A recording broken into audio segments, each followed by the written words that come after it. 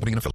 Here's Chad Norton, the lawn doctor, with a tip for your lawn. Warmer temperatures have both weeds and grass competing for space in your yard. Dandelions, thistle, clover, morning glory will all be kept under better control when you have us applying pre-emergence and weed control. At the same time, we can feed your grass to make sure it wins the battle and keep it lush and growing all season long. Regular visits from the lawn doctor will help your lawn be healthier and pest-free. Fertilizer, weed, and pest control. Call Chad Norton, the lawn doctor, at 753-LAWN. Follow them on Facebook or go to lawndoctorcashvalley.com.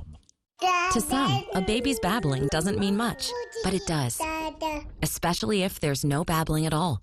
Little to no babbling by 12 months or later is just one of the possible signs of autism in children. Learn more at autismspeaks.org. Brought to you by Autism Speaks and the Ad Council. If you're a veteran in crisis or know a veteran who is, call the Veterans Crisis Line today at 1-800-273-8255 and press 1.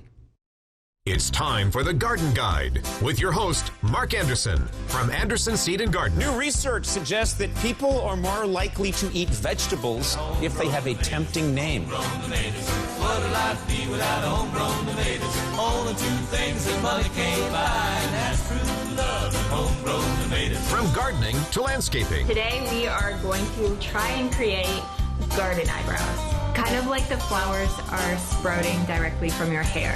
That makes sense. Go! Phone lines are open at 753-KVNU or 800-369-KVNU. Kind of like eating vegetables. It's the Garden Guide, now on KVNU 610 AM and 102 FM. And we welcome you to the show on another gorgeous Saturday morning. It's the Garden Guide here on KVNU. I'm Will Feelwright, along with Mark Anderson of Anderson Seed and Garden. You know, as we were just talking before the show was about to begin, I don't think you could ask for better planting weather this time of year, Mark. It's so nice outside. It's just been, this week has been sensational, so we can't complain about the weather at all. Yeah. The only thing I can complain about is I wish it would stay like this for the rest of the month. Yeah, that would be the one key is if we could stay mid-70s all into June, we'd all be happy. For the rest of the month, that would be just like perfect. But It's been great for transplanting plants and for getting new plants, planting seed, having them come up. I mean, the soil's warmer, so everything's coming up quicker, and we're not having to water like every 5 minutes to keep things looking good. So it's been a great week for being outside and doing some planting. I couldn't believe we planted 2 weeks ago today, and we had our corn and beans coming up in 6 days. 6 days, yeah. I've never had them come up that fast. Can't beat that. Beat that. So I did probably about 10 days ago. I did cucumbers and beans myself, and they popped up in like 5 or 6 days, and are looking really good. And I planted corn. I think it was Monday, and so I got my fingers crossed. I think they're going to be popping up on. They could be coming up today. Yeah, I didn't get a chance to check before I left this morning, and I was out of town last night. So I'll find out tonight. See if that corn's popping up already. So it's always fun to see things coming out of the ground once you get them planted. And like we said, the weather's been so perfect for it. If you've been putting flowers into your flower beds, or adding trees and shrubs to your landscape, or just throwing a few tomato plants out in the garden, it's been a great week to be out there and just enjoy the weather being so cooperative. About the only thing I had to complain about last night, doing a little gardening, was the mosquitoes. Oh man, we got to talk about that this morning. Yeah. Moist spring, and we've had good heavy rainstorms, and so it's been good environment for the mosquitoes to get going. So we can definitely talk mosquitoes and grasshoppers, because the grasshoppers are really going crazy. Coming. Yeah. Grasshoppers are going crazy, and we started changing the flowers over on Center Street. So this week we took the pansies out and are starting to plant things back in, and probably by the first or second. Probably Tuesday or Wednesday of next week we'll have it all replanted. But it's funny because we're out there taking the plants out, and people are coming by and they're like, "Whoa, why are you taking the pansies out? Why are you taking the pansies out?" It's like, well, because by July they will be fried. Yeah, they do not like the hot weather. No, they don't like full sun when it's like 95 degrees outside. So they looked awesome this year, and we did things a little bit different with the pansies. We did 4-inch pansies to start off with, and we did a third of what we normally do. So we didn't have to plant as many, but they were much, much larger. And they grew so fast and they filled in so quickly that they looked amazing. So we'll definitely do that again next year. And then as we pulled the pansies out, they were now big enough to fit in like 7-inch pots. Oh, wow. Yeah, so they grew that much. In 2 weeks, the pansies really, not 2 weeks, 2 months. In 2 months, the pansies just took off. Yeah. The more than double, we're talking like triple or quadruple in size. Just in those 2 short months. And so we took them and we kind of trimmed them just a little bit and put them in 6-inch pots, and we're selling them. So we've got a sale going on today, and there's 6-inch pansies that are, full bloom, look really, really good. They've just been recently transplanted, so they're perfect to go out into your garden. And we're selling for $2. So they're really, really inexpensive, and that'll help cover some of the costs for the new plants that we're putting into the flower beds for Center Street for the summer. But they're 6-inch, they're huge, they're in full bloom. There's all kinds of different colors, and they're $2 each. So come and get them, and you can take them and plant them in really shady locations, and they will continue to bloom all summer for you. So most people are putting them on the east side of their house or on the north side of their house, where it's like just a really nice shady location. And those pansies will be great for the whole summer. They'll just keep blooming and blooming and blooming. Okay. Yeah, they'll do great. So $2 on our 6-inch pansies, which is a killer deal on those pansies. And then next week it is Summerfest. Yeah, so that's true. So we got Summerfest going on at the fairgrounds, but on Center Street, Saturday we've got the kids market. So the kids market's going to be back, and now that the kids are out of school, we should have a whole lot more vendors there this time. And so these are all young entrepreneurs, I think ranging from like 8 to like 17. I've got a lot of youth that are going to be there, and they've got their own little businesses, and they're selling their wares. So their goods, whatever they've made or grown or produced themselves. And the kids market will be from 9 until 11 next weekend. All right. Yeah. So on Saturday. So kids market on Center Street, that will be going on, and we're looking forward to it. Should be a lot of fun. There was I think she was either a junior or senior in high school. Yeah. She was selling loaves of bread. Yeah. She was going on raising money to travel abroad, do some kind of service mission or something like that. And that bread tasted better than anything. And I'm thinking to myself, you're 17 years old. And you just made this awesome bread. Yeah. Yeah. So that's cool. Just some really, really fun. And the kids are just so excited about what they made and they're selling. It partners really, really well with the Gardeners Market. So the Gardeners Market will be going on next Saturday at the courthouse. And then we'll have the kids market on Center Street, and we're trying to do the kids market once a month. So just once a month, we'll have a little activity going there on Center Street. And Center Street's not closed, so the street's still open, and they're just setting up booths on the sidewalk. So it's perfect. A little small market, and we're anticipating about 30 to 40 vendors.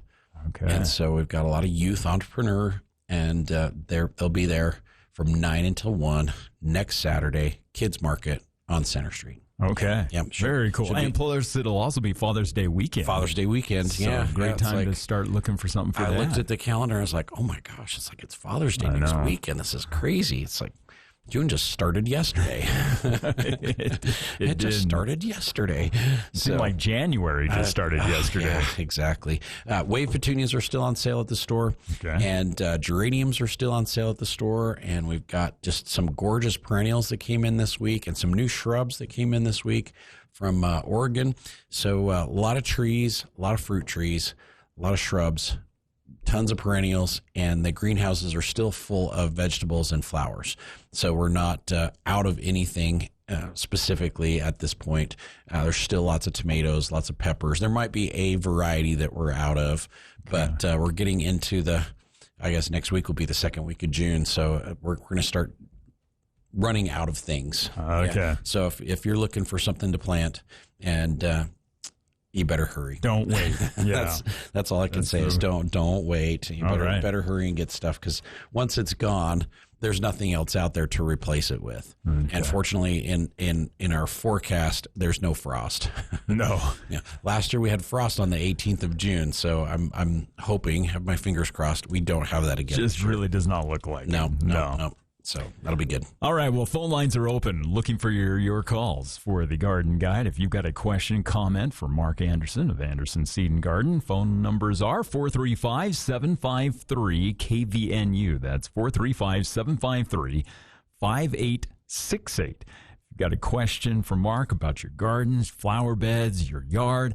It's probably about time we ought to start talking about watering and how to keep your yard greened up. I was taking the dog out on a walk this morning and walked by it was kind of a distant neighbors. We were over in another neighborhood, and they had watered overnight, and I went to step into their lawn to walk around a bike that was in the sidewalk. And my foot just sank down in the yard, and I'm thinking, oh, wow, that's probably a little too much water. They've been watering for a little extra It was like time. a marsh. I had multiple customers in yesterday that had brought photos of their turf, and they were concerned because parts of it wasn't looking great. You know, they had sections that were really, really green and looked really good. And so as we talked, and as I asked questions, and then as we looked at the pictures, we realized that it was green right around the sprinkler heads, and it was green in sections where there was extra shade from the trees. But out in the open, where their sprinklers weren't covering really well, they just were. It was just stressing, yeah. And so then finally we get down to it. It's like, okay, what kind of sprinklers do you have? Do they move? Are they gear driven? You know, do they move from one spot to the next, or are they rain birds, or they're just like, you know, so they don't hit the whole area that they cover all the time. They move around, and there's a big difference between like pop-up sprinklers that will spray the whole area all the time while they're going, and gear-driven or rainbird sprinklers that move around. So if you're doing pop-up sprinklers, it usually takes 20 to 30 minutes, somewhere in there, for them to put out a half an inch to 3/4 of an inch of water, which is what you should be applying with each application right now. And so the gear-driven sprinklers need to be on for 40 to 50 minutes to put out the same amount of water, because they're doing a larger area and they're not hitting all the square footage right all the time, since they're moving around. And so they put out a larger volume of water, but they're not hitting everywhere. All the time. And so you got to leave them on longer. Well, both these customers were only watering for like 10 or 15 minutes. Oh, yeah. But they were doing it every day. But even every day, 10 or 15 minutes doesn't add up to what the grass really needs. So it was really stressing in those areas, except for right next to the sprinkler where it puts extra water out, and in those shady locations. And so for both of them, I recommended, of course, bumping up their watering time. So they're going to have to water for longer. So where the pop-ups were, I was going to have them do 25 to 30 minutes. And where the gear-driven were, we're going to do like 45. But not every day. We're going to go like every 2 or 3 days. Okay. And so we're going to get the root system to go deeper, going after that water, because we're watering for a longer period of time, less frequently. And then I had both of them put Hydrotane on their lawn, because the Hydrotane just makes a huge difference. So Hydrotane is a natural product. Once it gets into your soil, it binds to the soil, and then it makes your soil much more attractive to water. And so when it rains, or when the sprinklers go off, or even in the morning when there's dew that has collected on your turf, it'll pull that water down into the soil. So it's very, very attractive to water, and it pulls the water down in the soil, and then it holds it there where the grass can get it. And so normally lawns around here need 1 inch to 1.5 inches of water per week. So 1 inch to 1.5 inches of water per week. So if you can do that in 2 or 3 applications, that's the best. So if you're doing like Monday, Wednesday, Friday applications for 40 minutes on your gear-driven sprinklers, that should put out 1.5 inches of water, and it should keep your lawn looking really good. If you put Hydrotane down, or Back to Green, which is a local product that does basically the same thing as the Hydrotane, but the Back to Green has iron in it as well too, so it'll really green your lawn up and make it look good. It doesn't last quite as long, lasts about 60 to 70 days, and the Hydrotane lasts 90 days, so it lasts 3 full months. Like the whole hot, dry part of the summer, the Hydrotane will last. you can cut one of those waterings out. So if you're watering 3 times a week, you could water, instead of on Monday and Wednesday and Friday, you could water on Mondays and Thursdays and cut 30%, actually 33% of your watering out, and still have your lawn look as good or even better than it was before, because of how efficient it is at absorbing and retaining and holding that moisture. Yeah. So your moisture is going to be much more effective. So it's going to be 30 to 50% more effective than what it is currently. So you can cut your water back. So if your water bills are getting out of control, you'll spend $30 for a 50-pound bag of Back to Green, and it's going to cover 10,000 square feet. And literally in 2 weeks, it's going to pay for itself when you cut your water back by that much. I mean, it's going to completely pay for itself. The Hydrotain's a little bit more expensive, but it lasts a lot longer. So really, within a month, you'll have your Hydrotain investment paid for. Yeah, and so then you're going to get 2 months, 3 months. 2 more months out of less watering, but you're going to conserve water. You're going to spend less money, and your yard's going to look better. Yeah, so it's really an amazing product between the Hydrotain or the Back to Green in helping us conserve water. So we're going to use a lot less water. So instead of using 100 gallons of water, you're going to use 70, or 60, or 65. We're going to use 30% less water to do the same job or a better job, and so it's going to save you money. And it's going to conserve water. Wow. Yeah, really, really great product. Now, the other thing that I'm looking at is that a lot of us, as we came out of winter, of course, we were really cutting our yards short, trying to cut out and get rid of some of that mold. Which is really good to start off the year. Right, yeah. But I'm wondering, should we also start moving that lawnmower blade up again a little bit to allow your lawn to have a little bit longer blades? Yeah. Gives you a little bit more shade. Helps it also during the hot summer months, too. Oh, yeah, for sure. So the mowing has a big difference. It really has a big impact on your root system. And so what we will encourage people to do is early in the season, when it's cooler and it's wetter, mow your lawn much closer. And one, like you said, Will, it kind of helps clean up all that stuff after winter. But by mowing close, it encourages the grass to spread horizontally, and so it'll get your grass to spread out and cover in some of those maybe bare patches, and so it'll really spread horizontally on the surface. But as the summer starts to get warmer, we start to mow taller, and the taller you mow the grass, the more the root system goes down. So the root system will mirror the length of the grass up on top, so it will go down deeper, seeking water that's down lower in the ground. And it'll become more water efficient that way, because the grass is thicker already, and then you leave it tall, so it shades the soil and it keeps the soil moist longer, so it doesn't dry out as fast. And then the roots go down deeper looking after that water. So early in the season, we recommend mow close. And then as we're moving into June, then we want to mow almost as tall as you can stand it. Okay. You want to mow pretty tall. And a lot of people's grass is going to seed right now. So end of May, 1st of June, it's not unusual for the grass to go to seed. This is its traditional time to drop seed.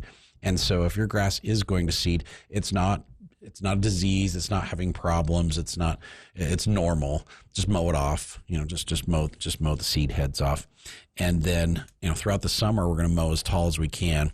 And then once we get towards the end of September, first part of October, then the grass is we're going to mow it shorter.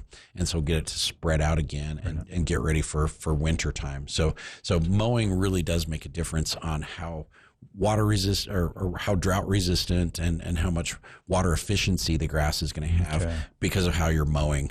Yeah. So it really does make a big difference. So a good idea to maybe lift that mower blade up a notch or two. Yeah, for sure. Yeah, for sure. So right now, mower is going up is about as tall as it will go. And in the springtime and in the fall, we're dropping it down. Not like the lowest it can go, but we're dropping it down much, much lower. So you're not scalping the grass, but we're cutting it much closer. Okay. Yeah, it will spread quite a bit that way. All right. Yeah. Well, phone lines are open at 435-753-KVNU. That's 435-753-5868 for a question for Mark Anderson here during the Garden Guide. And we mentioned it earlier, Mark, insects right now, especially mosquitoes. If you have spent any time in your garden or your lawn over the last week and a half, especially as the sun's going down, chances are you've already encountered a few of them. You've had fun with the mosquitoes already. Yeah, they just really have seemed to come out in the last couple of weeks. I guess it depends on where you're at too. So if you're a little bit more towards the center of the valley, where Bear River is, a lot more water. There's a lot more water, and there's a lot more standing water that hasn't evaporated yet, and so we're really starting to see a lot of mosquitoes. Yeah, tons of mosquitoes. So there's some repellents that work really well that you can use either in a liquid or in a granule form, and then there's obviously insecticides that work great as well too. And so to start off with, if you have a large property and you do have standing water, we've got some really cool products that you can put in that water to kill the larvae before they turn into adults. And so that works great. So there's like mosquito torpedoes, there's mosquito dunks, there's mosquito bits. They all have a bacteria in them, and the bacteria is very, very effective at killing the larval stages of a lot of insects. So it won't hurt adult insects. So it won't hurt your ladybugs or your bees or your praying mantis or any of your beneficial insects.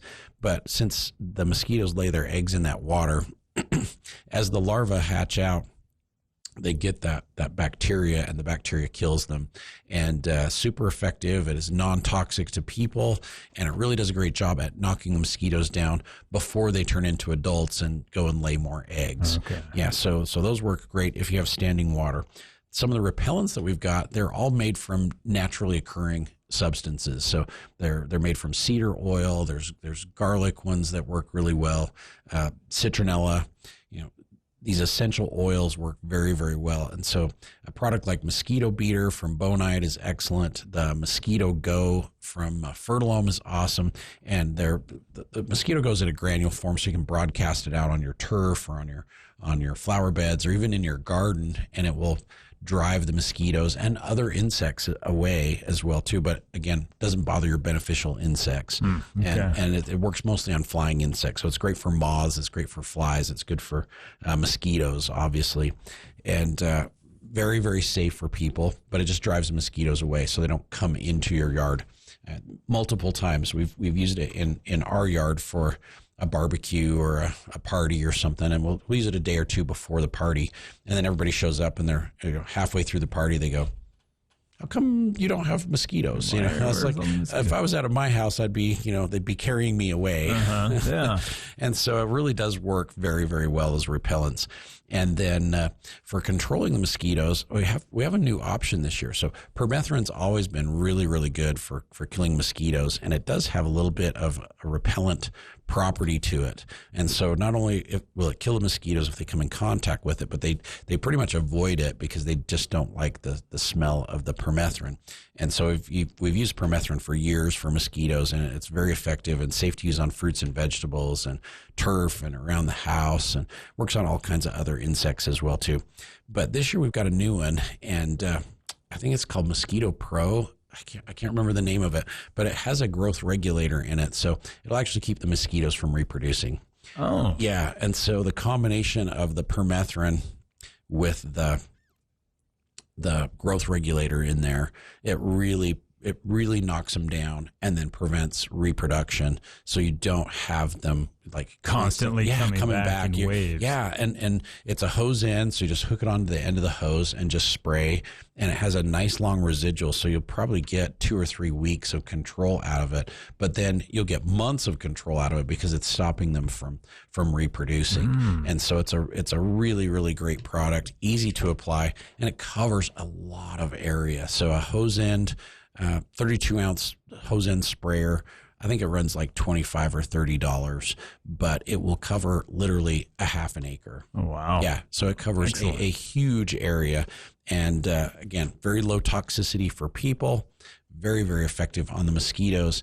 And it has that insect growth regulator built into it, so it will prevent them from reproducing. Okay. Yeah, so it'll stop them at the larval stage and as at the adolescent and the adult stages from moving into the next life stage, and then it prevents the adults from laying eggs. Okay. So it's a really, really great product. Great product to take care of mosquitoes. Now, before we go to the bottom of the hour break, what about grasshoppers? Yeah, grasshoppers are getting crazy. In fact, almost every person that I see that comes in the store that's like walking out with Bug Blaster or a bottle of 7. or a bottle of 7, it's like, you got grasshoppers. And I'm like, yes, how did you know? Yeah. And it's like, well, it's a fairly easy assumption. Yeah. If you got a big bottle of insecticide and it's this time of year, you probably have grasshoppers. So grasshoppers are very active. And what we have found is baits are not as effective right now because it is the smorgasbord of buffet out there for the grasshoppers. So there's tons of food for them to eat. So every blade of green grass, every green shrub, every green flower, the hillsides, we drove through Sardine last night and it's like, it's so beautiful right now. And the whole valley is so beautiful right now. So green. Yeah, everything's so green and gorgeous. And the grasshoppers are just licking their lips, just going, this is the bonanza of food source.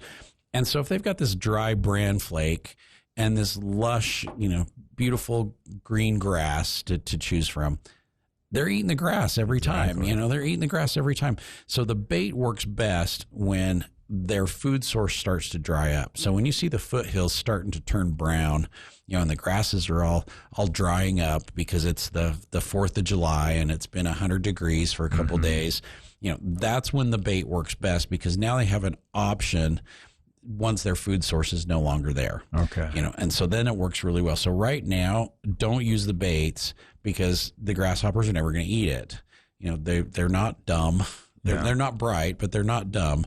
And so they know that this is going to taste a lot better than this dry bait. And so as their food source transitions from green and lush to brown and dry, that's when the bait works the best. And then you want to get them before they get to your house.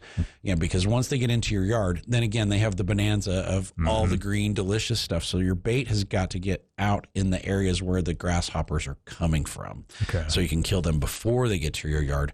Right now, we're recommending, 7 and Bug Blaster and Sayonara and, a lot of insecticides. While they're tiny, you can spray and you can kill tens of thousands of them, literally tens of thousands of the baby grasshoppers before they turn into adults and really do a lot of damage.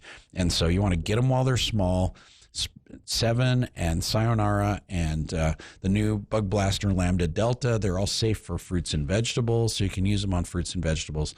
And very minimal toxicity for people, but very effective on all the insects, including the grasshoppers. And so we recommend spraying right now, not just in your yard, but out into the field next door or the vacant lot out back where the grasshoppers are coming from.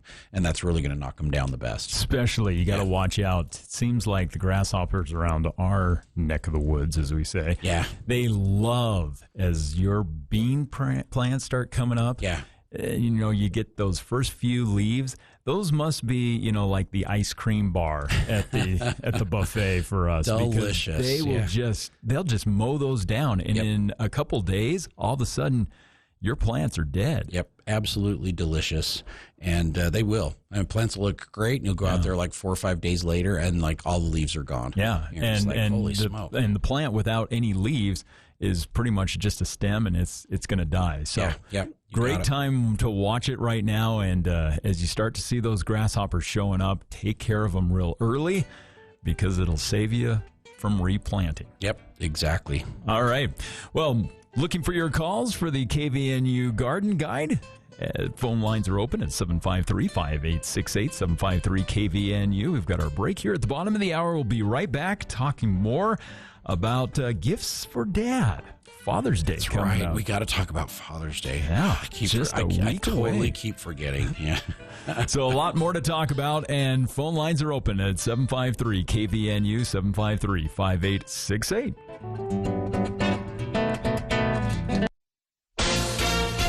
ABC News, I'm Brian.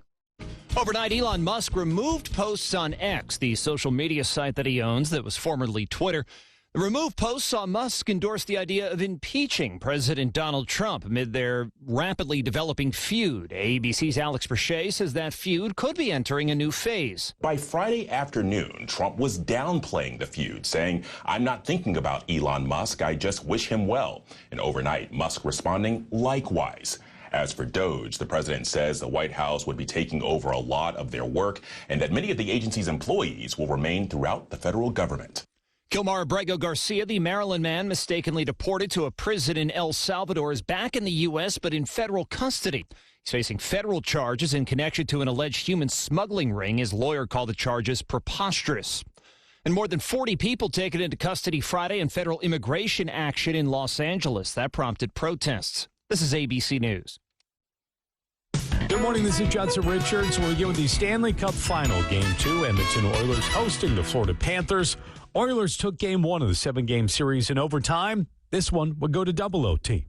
Out to the near point, out blowing the zone is Marchand. A pass ahead, now Marchand, a breakaway, hits in Marchand. Can he tie the series? And he scores! Brad Marchand in overtime, and the Panthers win Game 2, 5-4. The series is tied at a game apiece.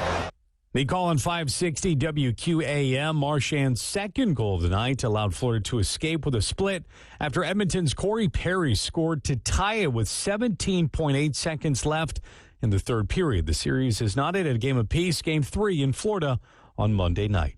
Now to the Diamond we go, where Texas and Texas Tech were battling it out in the winner-take-all game of the College World Series. The Longhorns would put this one out of reach in the fourth. Scott smashes that deep center field. Mia Scott, grand slam, Texas in Game 3 of the finals. The call on ESPN after 8 previous tries. Texas wins their first ever softball national championship. Now to baseball we go. Yankees and the Red Sox in the Bronx. They've been playing against each other for 120 years. They did it on a Friday night, and in this one, it was the Yankees who struck first. Driven into center field and deep. Rafaela still back on the track, and it's off the top of the wall for a home run. Bounces into Monument Park, a 3-run shot. The call on the Yes Network, the final score in that one, Yankees went ahead to beat the Red Sox with a final of 9-6. New York holds a 5.5 game lead in the AL East.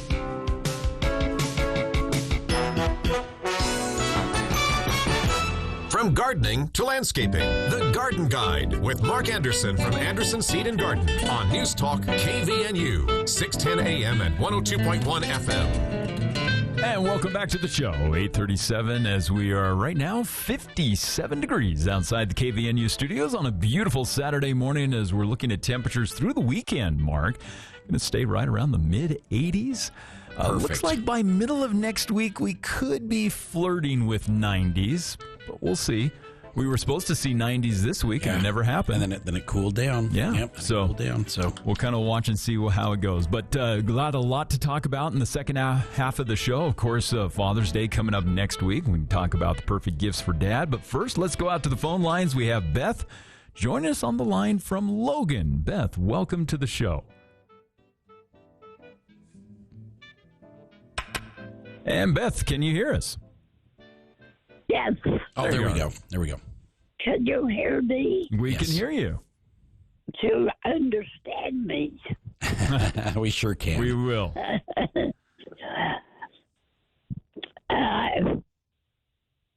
Hi, Mark. Are you there? Yes, I am. Go ahead, Beth. Oh,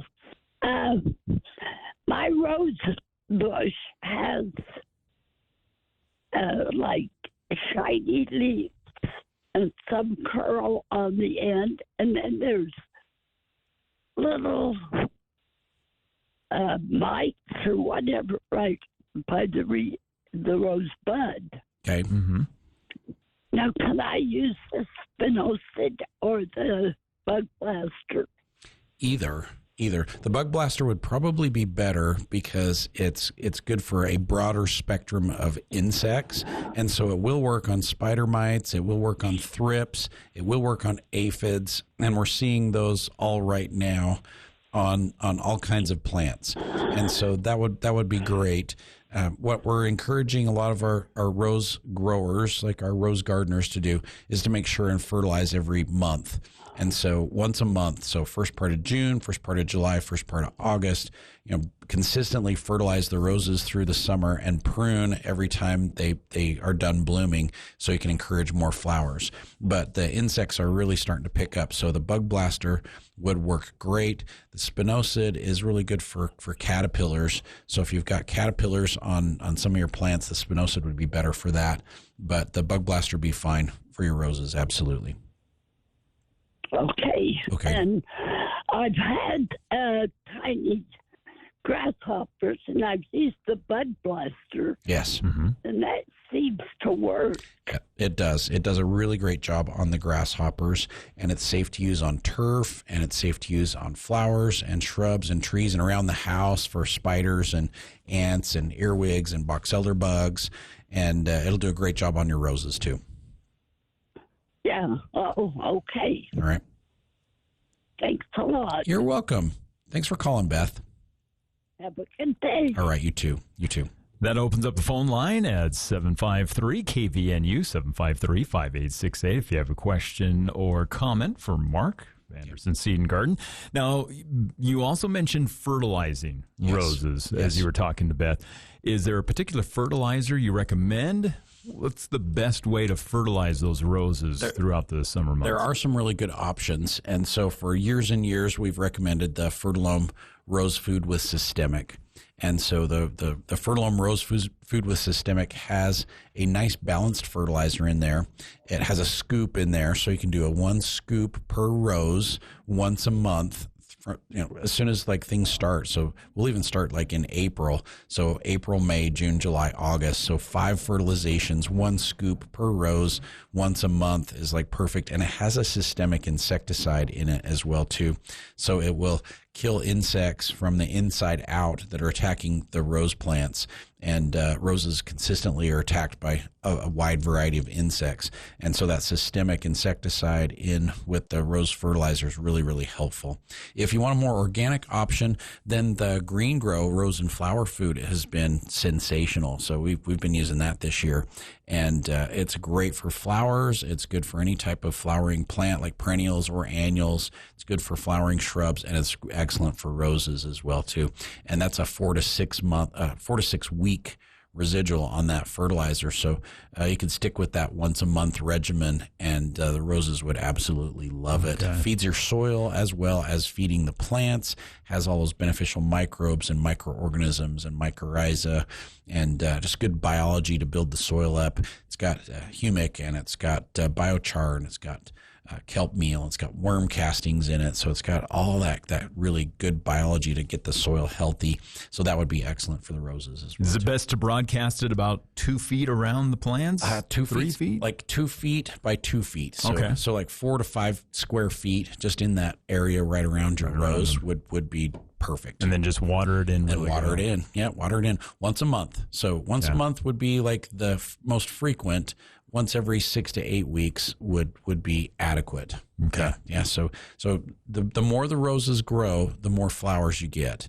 And so as the flowers are finishing up, you want to prune those off, and then that fertilizer encourages new growth. And where the new growth comes, that's where your new flowers come. New sprouts. Yeah. So you want to just keep pruning and keep fertilizing and keep pruning and keep fertilizing and keep pruning and keep fertilizing with the roses to get more flowers.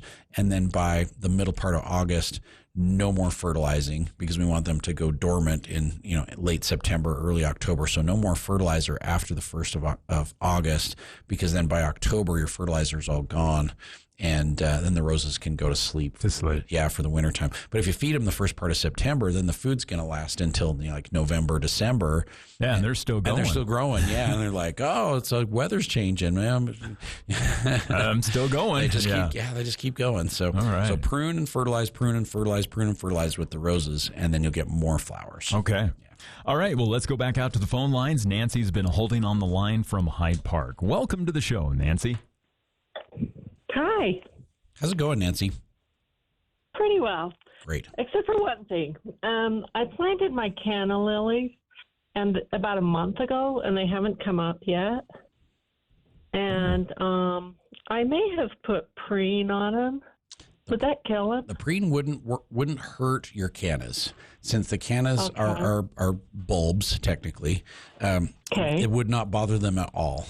And so just where you planted them, I'd maybe dig down just a little bit and see if they've got sprouts coming. Sometimes they're a little bit slow to get going. They need fairly warm temperatures. And a lot of times we'll start our cannas indoors in like April, so that by, Memorial Day, they're up and growing and taking off.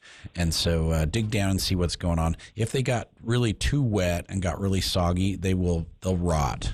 And sometimes they just won't come up. The bulbs will start to deteriorate instead. So dig down, see what's going on with those.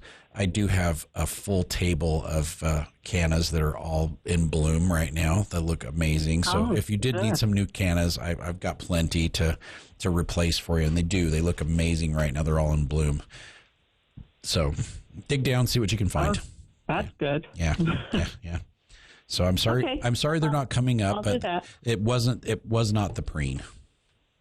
Do you think there's a chance that they'll still come? There's a good chance that they After could. all this Yeah, time? they could still come. If you planted them a month ago, sometimes it will take 3 or 4 weeks for them to come up. That's why I'm suggesting gently, dig down where you planted them, Look see if around. you can find sprouts coming up on them. So, Okay. all right, Appreciate that. you're welcome. Good luck. You have a great weekend, Nancy. Okay, you too. Thanks. Bye-bye. Bye. Phone lines are open for the Garden Guide here on this Saturday morning, 435-753-KVNU or 435-753-5868. Now, Nancy brings up a good question, because a lot of times many of us will go out into the garden and we put down seeds, beans, corn. A lot of us will plant all at the same time, and not everything comes up all at the same time. We would like it to. It would be awesome if it would. It would be great if, you plant it on Monday and they all come up on Friday. But some of the fastest germinating seeds would be like radishes and even beans, 3 to 5 days. And they're just popping up really quick. But then you get into some of the other smaller seeds, like onions can take 2 or 3 weeks, and carrots can take 2 or 3 weeks, and parsnips definitely even a little bit longer. So there's certain seeds that just take a lot more time, and you've got to really kind of baby them a little bit more to get them to come up. But most of the time the bulbs are fairly easy, and you just make sure you dig your hole, put some nice soil back in there, maybe a little bit of fertilizer down on the bottom for them, and then water them thoroughly, and your bulbs just usually take off. Cannas are very cold sensitive though, and so that's why we'll usually recommend you start them indoors where we've got a controlled environment, and get them started in April so that they're up and growing and starting to take off by the time you can transplant them outside. Because if you put them outside and they start to come up and it freezes, it'll kill them. Then they just die. Then they're done. Yeah. Oh. And so you got to really watch it with some of those annual, very cold sensitive flowers. Dahlias are the same way, and the cannas, and glads can get nipped with the cold as well too. And so you can't put those out too early, or else there will be problems. But then you've got perennial bulbs, like Asiatic and Oriental lilies, that you just put them in there and they just come back year after year after year. They're just super easy. And so, most of the bulbs are fairly resilient, but you can have some cold and wet soil problems with a lot of those bulbs also. Okay. Yeah, it does happen. It does happen.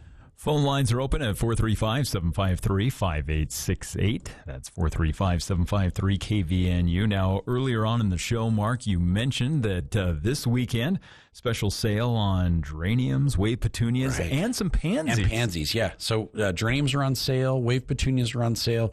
We've got some bloomed out perennials that are really on sale right now too. So the plants look really good, but they're done blooming for this year, and so we want to find homes for them. So it's great deals on the bloomed out perennials.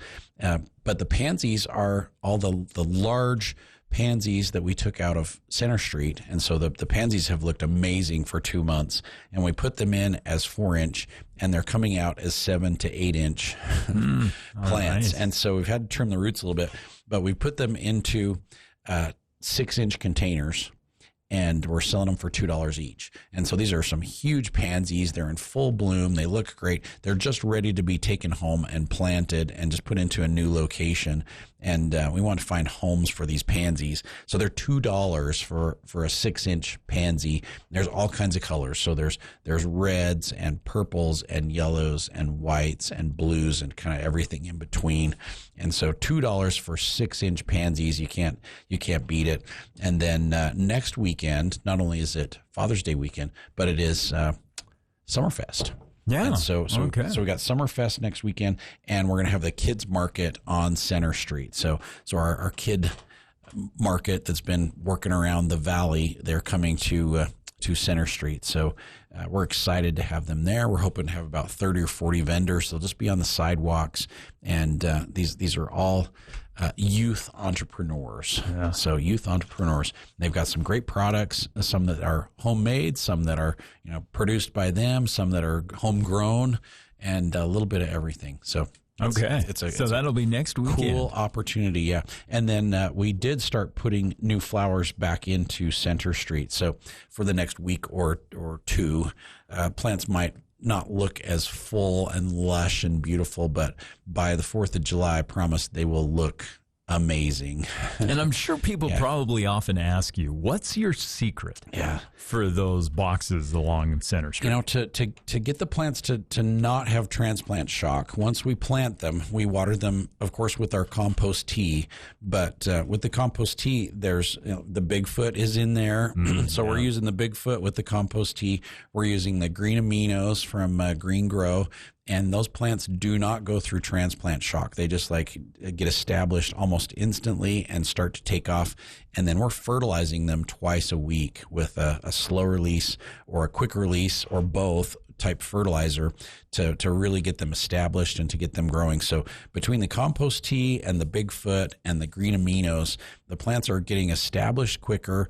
Their root systems are doubling and tripling in a very short amount of time. And when they have nice big root systems like that, they can pick up the nutrient and pick up the water better. And then the plants just flourish and look really, really good. So we have a fertilizer regimen that we're hitting them with about every 3 to 4 days.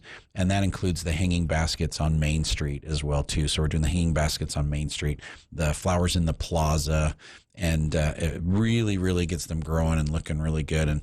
And whatever we can do to help beautify downtown is great. It's very satisfying. Everybody enjoys it and loves how everything looks. But it does take a lot of work. So we planted all those planters up in March, and now we've taken all the pansies out because they're just going to decline when it turns really hot. And so we've got to replace those. So the petunias and the dahlias and, all the flowers that we put out there that look great, and the sweet potato vines and the salvias, they will all be flourishing and just take off and start to fill those flower beds up. So by the first week of July, it'll look like they've been there for months. Yeah. Okay. They just take off and go crazy. So a great mixture of compost tea, some Bigfoot.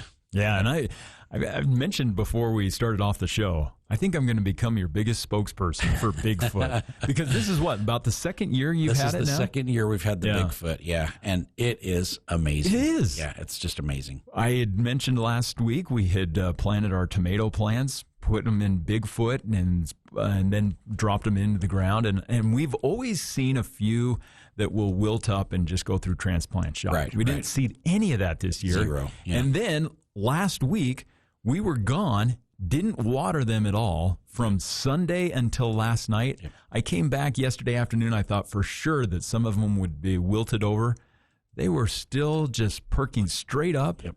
No wilting at all. It's amazing. Yeah, looking great. So it really focuses on getting the root system as healthy as possible.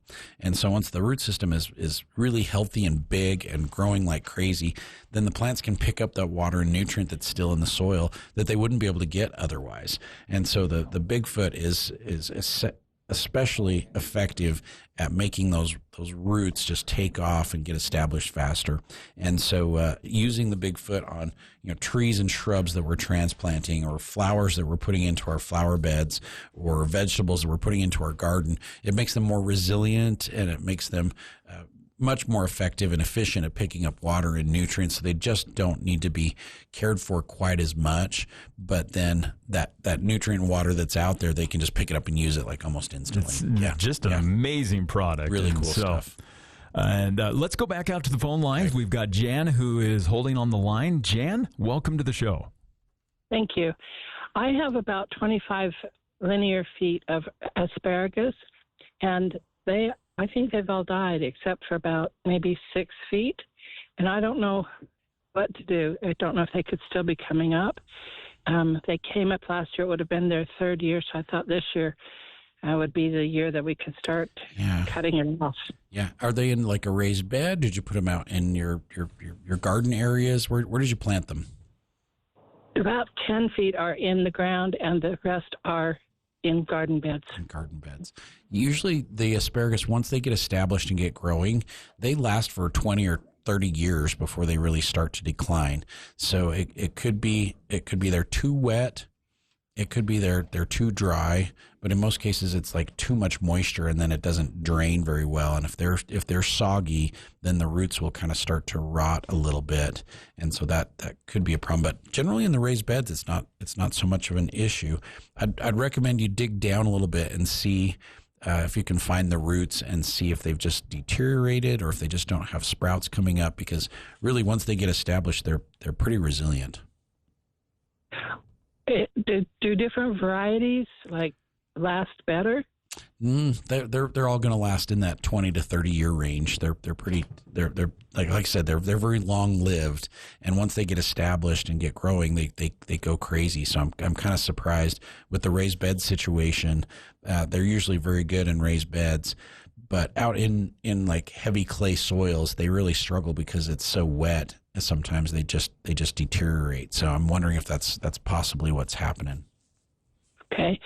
So when I dig down and I'm looking at the roots, am I looking for like little white hairy pieces? Or you should see like new fine root hairs coming off of those plants, and you should definitely see some spears that are coming up that maybe haven't hit the surface yet. But usually by the 1st of June, your asparagus are going crazy. So I'm not sure. Is there a specific fertilizer I could maybe add and try? If they're still alive and growing, just do something general purpose. The 16-16-16 is good. If you want to use like an organic fertilizer, the Green Grow All Purpose would be excellent. It'll build your soil up as well too. But I'm concerned that they maybe didn't drain out properly and they just got really wet and they've kind of deteriorated a little bit. Okay. Right. I will look. Thank you so much. Yep. Good luck, Jan. Thank you. And let's go back out to the phone lines. We've got one last caller, Luis. We've got about 3 minutes. Your question for Mark Anderson. Hey, Mark. I planted my garden a few weeks ago. It's a raised bed. I amended it with coconut coir last year. Okay. I've been putting compost tea on it on Saturdays. The rest of the week I've been too busy to do anything with it, so I haven't kind of been ignoring it other than Saturday. I planted pretty much everything and put cones around the tomatoes and peppers and squash and all that kind of stuff. I took those off yesterday, and I noticed that my peppers are yellowing and dropping the bottom leaves. Okay. The tomatoes, there hasn't been much growth on those. The peppers, there hasn't been much growth. I've got one bean plant per 10 feet. What can I do? Yeah. You can like I'd stick to the regimen of doing the compost tea once a week, but you probably could add a slow release fertilizer in there as well too. So something in the ground around the plants that's going to help build the soil back up. So like the Green Grow fertilizers, either the tomato and vegetable or the all purpose would really, really help. And the compost tea will help break that nutrient down and make it available to the plants. So it'll free that nutrient up quicker, so your plants will respond a little bit. And are you watering just the once a week, or are you just? No, it's at a HOA place, and it's on drip system. A drip system. Okay. How frequently does the drip go? I have no idea. Okay. Every time I go out there, it looks dry, so I'm thinking it's not getting enough water. It might be. So I would check every 3 days and see what the soil's like. And if it's still pretty dry, give them a drink every 3 days. So they might just not be getting enough water also. So. Okay. All right. Okay. Thank you very much. Good luck, and hope your garden grows like crazy, Louise. Yes. Thank you. Thank you. All right. Bye-bye. Bye. Mark, the show has flown by again. Our time is up. Yep.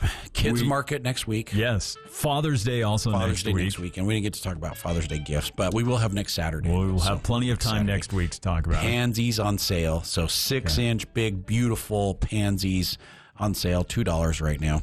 And they will bloom all summer if you put them in a shady location. So great price on those. And then wave petunias and geraniums and a whole bunch of other stuff on sale this weekend at Anderson's. All right. So great time to stop by today and get ready for Father's Day, of course, coming up next weekend. It'll be a lot of fun going on next weekend, Center Street, and then, of course, the Gardeners Market over at the courthouse. And Summerfest. Yeah. So thanks so much for joining us for the show. As always, you can go to kvnutalk.com to listen to these and other past shows. ABC News coming up at the top of the hour. Station for news and talk. KVNU Logan.